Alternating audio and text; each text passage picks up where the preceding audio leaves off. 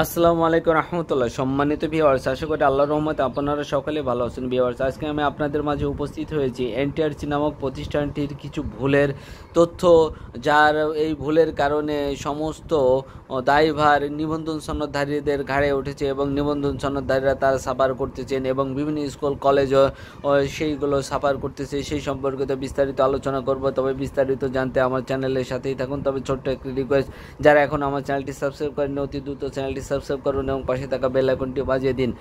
আপনারা জানেন, এবারের পঞ্চম গণবিজ্ঞপ্তিতে প্রায় 97,000 শূন্য পদের বিপরীতে মাত্র 28,000 নিবন্ধন সনদধারীরা তারা আবেদন করেছেন এবং শিক্ষকতা পেশাকে বয়কট করতেছেন।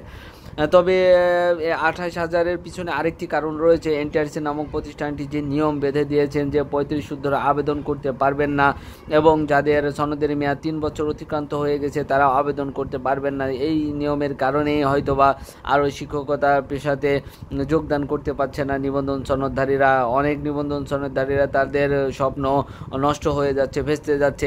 এই সকল দায় কে নেবে? এনটিআরসি নামক প্রতিষ্ঠানটি। বারংবার এনটিআরসি নামক প্রতিষ্ঠানটি তারা ভুল করে যাচ্ছে এবং তাদের ভুলের দায় সাধারণ নিবন্ধন সনদধারীদের উপরও বর্তাচ্ছে এবং এর কারণেই নিবন্ধন সনদধারীরা তারা বিভিন্ন স্কুল কলেজে শিক্ষকতা থেকে দূরে সরে যাচ্ছে।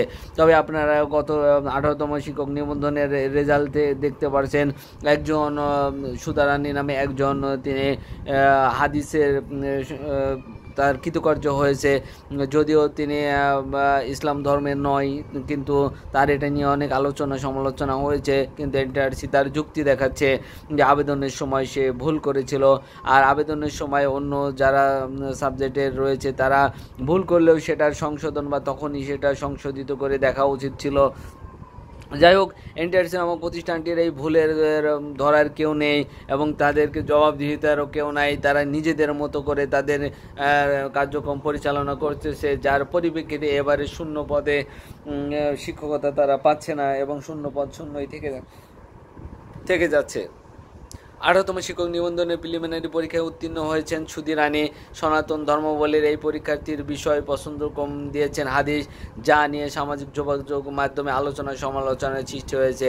আবেদনের সময় প্রার্থীর ভুলের কারণে এমনটি হয়েছে বলে জানিয়েছে বেসরকারি শিক্ষক নিবন্ধন ও প্রত্যয়ন কর্তৃপক্ষ এনটিআরসি। বুধবার রাতে 18তম শিক্ষক নিবন্ধনের প্রিলিমিনারি পরীক্ষার ফল প্রকাশিত হয়। আজ বৃহস্পতিবার এই ফল প্রকাশের পরে বিভিন্ন যাচাই বাছাই শেষে সুধারানীর বিষয়টি দেখা গেছে যে সে আবেদনে ভুল করেছিলেন, কিন্তু আসলে এটা তার ভুল নয়। এনটিআরসি নামক প্রতিষ্ঠানটি বিভিন্ন তার কার্যক্রম অদক্ষতার কারণে এই সকল বারংবার সমস্যার সম্মুখীন হচ্ছে নিবন্ধন সনদধারীরা।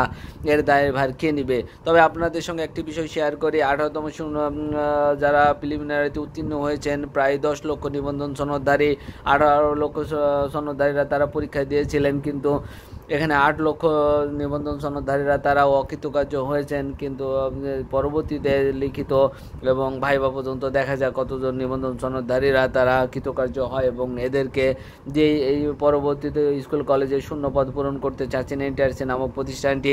তবে যারা এখনও যাদের আশার বাণী রয়েছিল তাদেরকে সুযোগ দিলে হয়তো বা শিক্ষকতা পেশা এই সকল স্কুল কলেজে শূন্য পদ পূরণ হতো এবং বেকারত্ব দূর হতো। যাই হোক ভিউয়ার্স, এনটিআরসির হযবরলতার কারণে আজকে এই সকল সমস্যার সম্মুখীন হচ্ছেন নিবন্ধন সনদধারীরা। তবে এই সকল সনদধারীকে আল্লাহ তাআলা একটি নিয়ে উত্তম ফয়সালা দান করুক, এই আশা ব্যক্ত করে এখানে শেষ করছি। সকলকে সাথে থাকার জন্য ধন্যবাদ। আসসালামু আলাইকুম রহমতুল্লাহি ওয়া বারাকাতুহু।